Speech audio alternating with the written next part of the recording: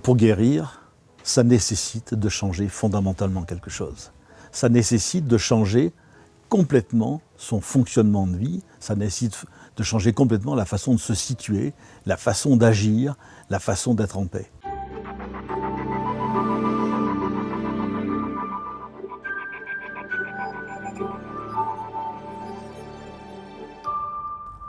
Je me rappelle d'une situation où j'étais à un moment de ma vie où rien n'allait. Rien n'allait, ça n'allait pas professionnellement, ça n'allait pas financièrement, ça n'allait pas amoureusement, rien n'allait. Et même la santé, l'énergie Rien. était au plus bas. J'étais au ras des pâquerettes, j'y arrivais pas. Et donc je cherchais des solutions à l'extérieur, bien sûr, qui pouvaient me donner une réponse, qui pouvaient m'aider, me guider dans ce cheminement.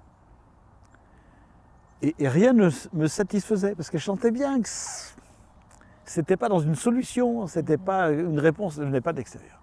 Et j'ai eu la chance à l'époque de rencontrer une femme absolument exceptionnelle qui s'appelait Gita Malaz. Donc elle est connue par les dialogues avec l'ange. Bon.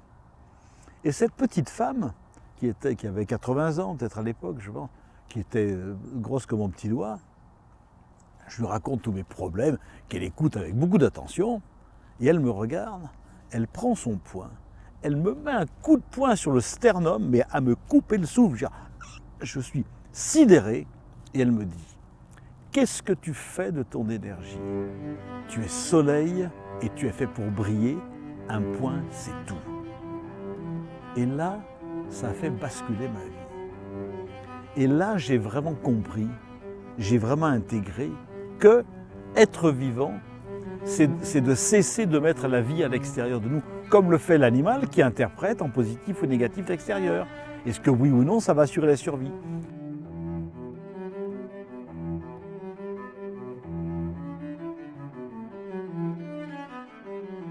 Jean-Philippe, pourquoi on est malade? Tu seras un petit enfant, je te dirais, tu sais Annie, pourquoi tu es malade?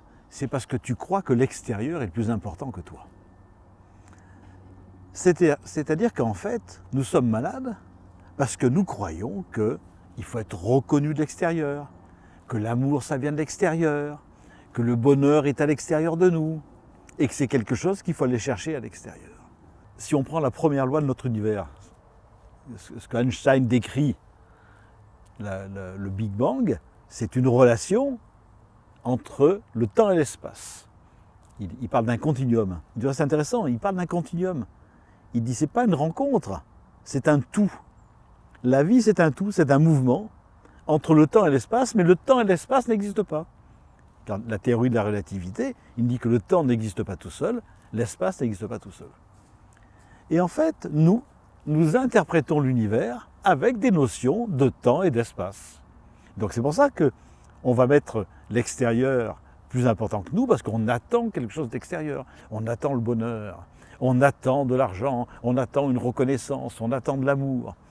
On va mettre là aussi une identité avec l'espace, c'est-à-dire qu'on croit que notre place c'est un lieu, notre place c'est une fonction, c'est notre maison, un avoir. Et même la rencontre, cette relation, on va la figer, parce que dans la vie on veut un résultat, je veux m'accrocher à un résultat. Et on s'aperçoit que nous sommes dans cette illusion d'interprétation du monde dans des notions d'espace, d'action ou de temps. On s'identifie à ça et donc nous ne sommes pas vivants, nous mettons à l'extérieur notre bonheur ou notre malheur.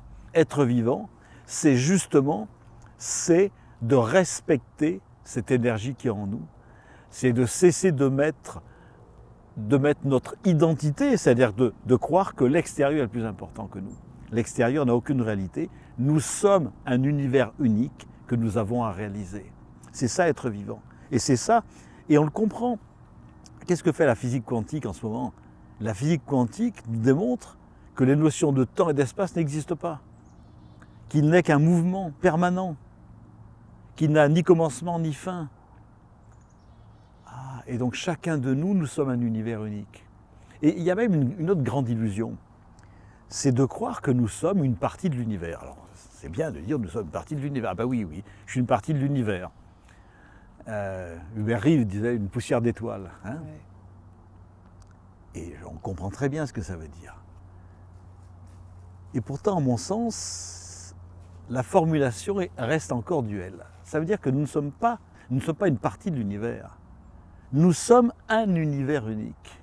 Et il n'y a rien d'autre que l'univers unique que nous sommes. Pour donner une illustration de ce qu'est l'illusion de la dualité.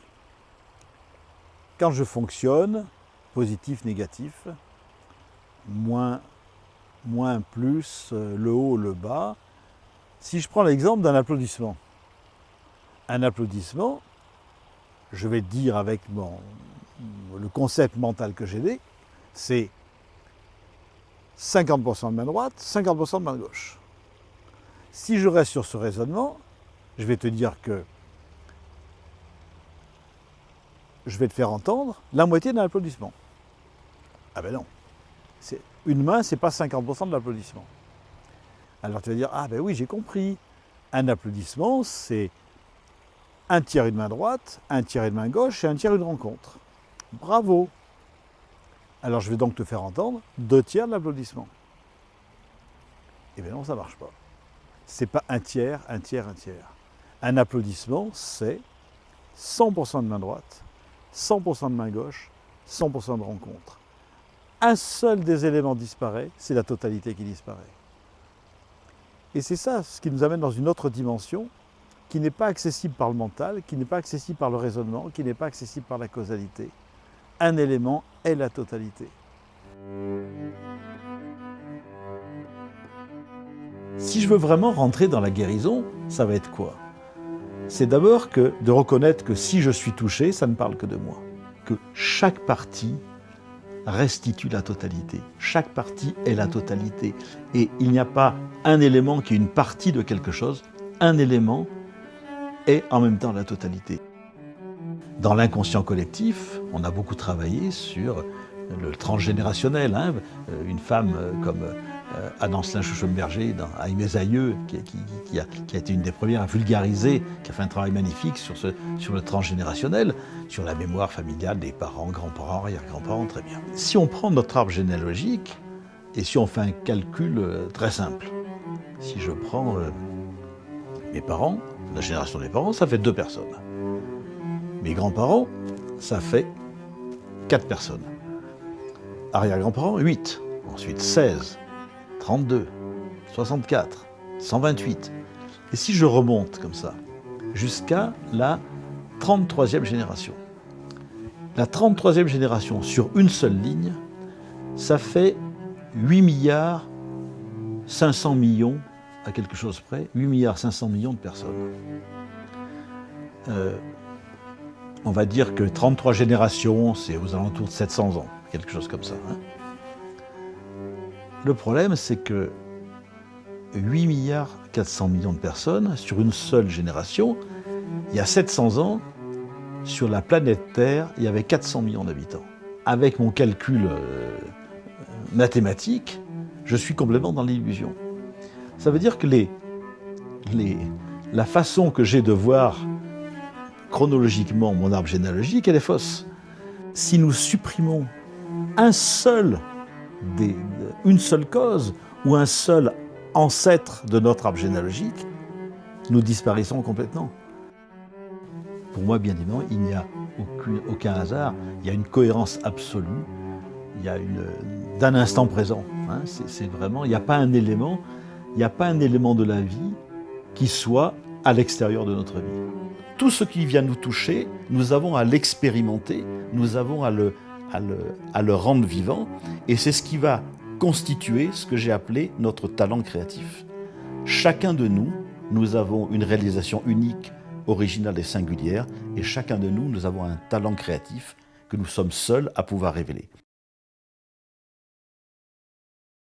C'est-à-dire que nous sommes un univers qui va de notre conception au Big Bang. Nous sommes une relation, un mouvement permanent. Et c'est ça, il nous faut nous considérer comme un univers unique. Il n'y a pas d'extérieur à nous. Est-ce que je peux exister sans l'extérieur? Et non. Je suis une relation entre l'intérieur et l'extérieur. Et cette relation qui est la mienne, entre l'intérieur et l'extérieur, elle est unique. Et nous sommes malades parce que justement, nous mettons une valeur à l'extérieur de nous. Donc nous identifions à l'extérieur dans une attente. Lié au temps, j'attends, j'espère, je suis dans une... Et si j'attends quelque chose, bien évidemment, je ne peux attendre que ce que je connais. Est-ce que je peux attendre quelque chose que je ne connais pas? Donc déjà, si j'attends, je suis dans une illusion d'un futur que je construis avec du passé. Donc je ne suis pas du tout dans une évolution, c'est pas du nouveau. J'agis pour un résultat. Mais Jean-Philippe, lorsqu'on est malade, on agit habituellement pour un résultat, celui d'atteindre la guérison? C'est une très bonne question. C'est une très bonne question. Et je comprends très bien que la question puisse être formulée comme ça. Simplement, c'est que si j'agis pour une guérison, je suis en train de dire non à ma maladie. Et c'est que je veux un autre constat que celui qui est là. Et guérir, c'est d'abord ne pas vouloir un autre constat que celui qui est là. Guérir, c'est prendre la responsabilité du constat qui est là. Et je vais plus loin. Quand je dis je ne veux pas un autre constat que celui qui est là, c'est je ne veux pas une autre réalité concrète que celle qui est là, je ne veux pas une autre histoire que celle qui est là, je ne veux pas un autre passé que celui qui est là, je ne veux pas une autre famille que celle que j'ai. C'est donc sortir de toute notion de culpabilité, sortir de toute notion de victime, sortir de toute notion de coupable. Nous ne sommes coupables de rien, nous ne sommes victimes de rien. Nous avons à prendre l'entière responsabilité de ce que nous sommes. Et c'est ça, vivre l'univers unique que nous sommes. Et c'est ça, passer de la survie à la vie. Donc, lorsqu'on est malade, on se vide en quelque sorte de cette énergie qui est la nôtre. Et si on se vide de cette énergie qui est la nôtre, c'est dans le non-respect de soi-même. C'est exactement ça. C'est-à-dire, lorsque nous sommes malades, c'est que justement, je vais même dire, plutôt que de se vider de son énergie, c'est-à-dire nous utilisons notre énergie à autre chose qu'à être nous-mêmes. Oui, parce que, pardonne-moi, parce que je t'ai déjà entendu dire que la maladie était la solution parfaite dans ce qu'on vivait actuellement. C'est exactement. C'est-à-dire que nous utilisons notre énergie à être un autre personnage que nous-mêmes, et ce qui fait que la biologie vient nous ramener, vient matérialiser, concrétiser ce que nous ne savons pas vivre en conscience. C'est-à-dire que si je prends par exemple une sciatique, c'est une douleur dans la jambe qui fait que chaque fois que je pose le pied au sol, j'ai une grande douleur qui descend. Très bien. L'invitation de la sciatique, le nerf, c'est de l'ordre. Je dois décider de ce que je choisis qui me laisse en paix, moi. Et on s'aperçoit que les gens qui sont dans des sciatiques sont toujours dans des situations dans leur vie qu'ils ne choisissent pas, qu'ils ne décident pas, et qu'ils se mettent dans des situations avec lesquelles ils ne sont pas en accord. C'est là où c'est intéressant. Donc j'utilise cette énergie à autre chose qu'à être moi-même, et ce qui fait que toute ma biologie vient justement matérialiser, densifier ce que j'ai à vivre en conscience. C'est-à-dire le nerf, c'est la douleur, c'est de décider de là où je pose le pied.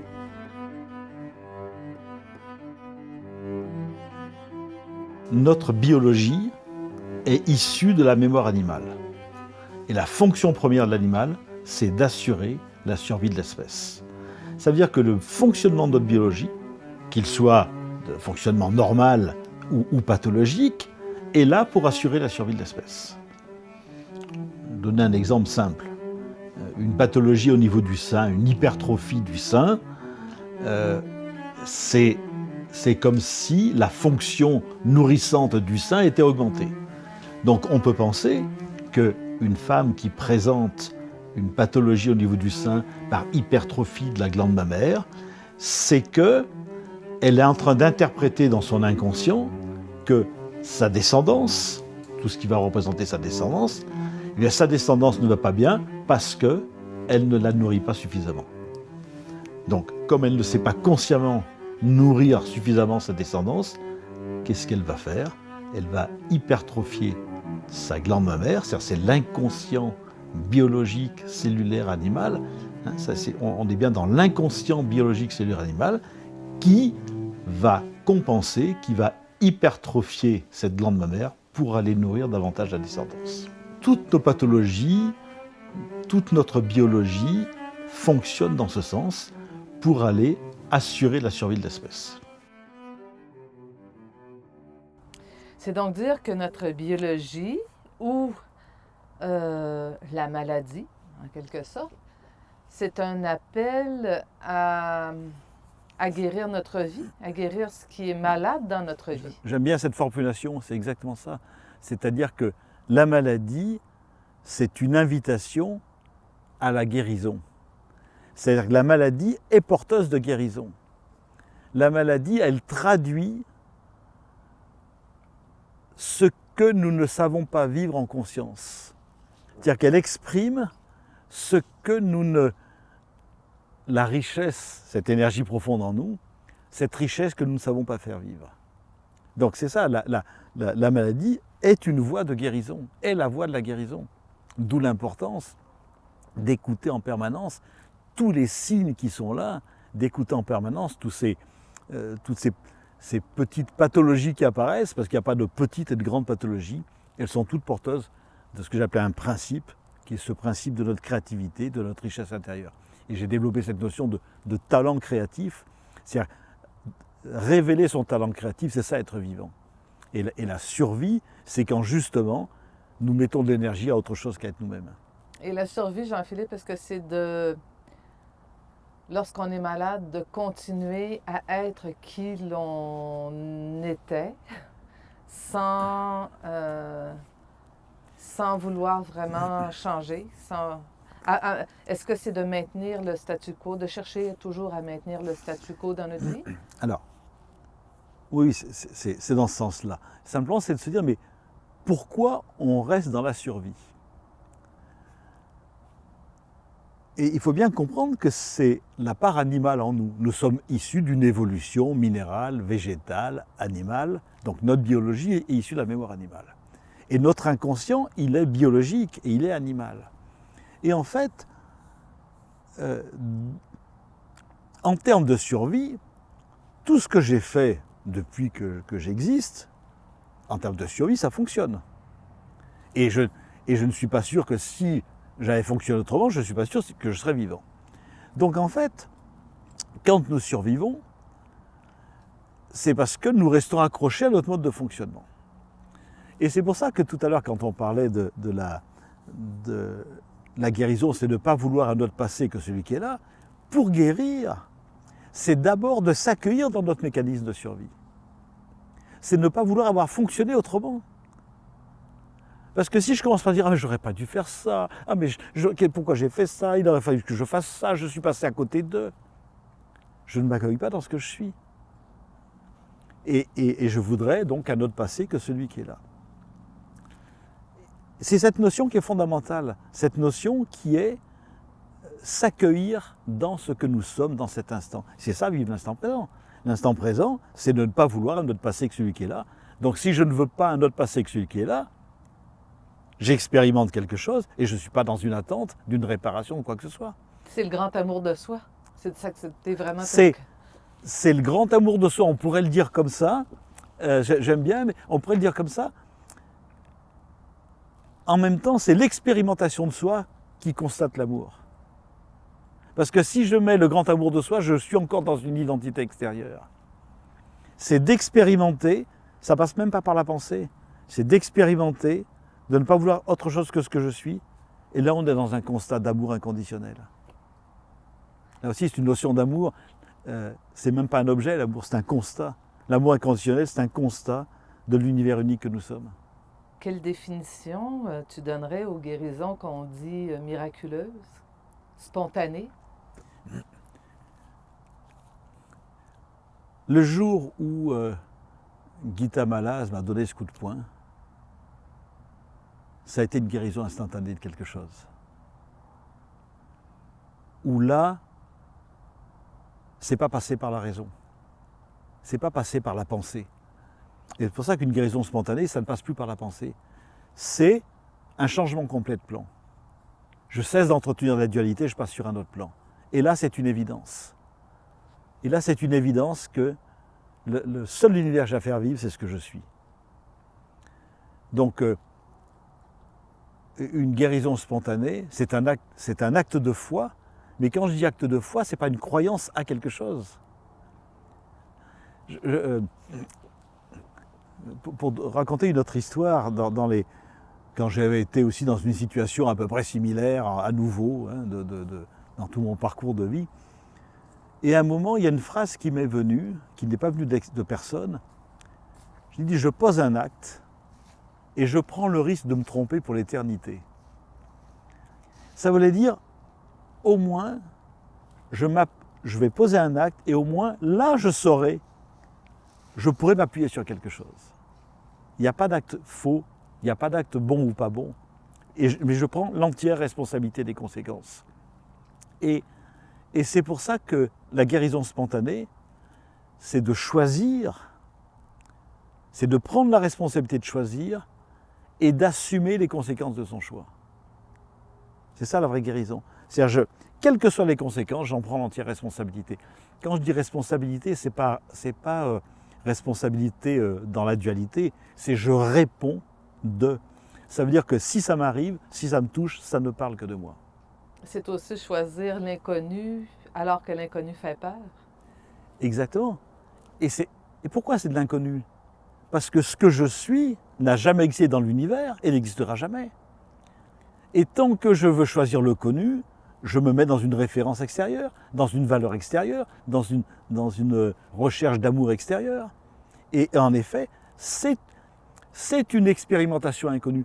Je ne choisis même pas l'inconnu, c'est une expérimentation inconnue.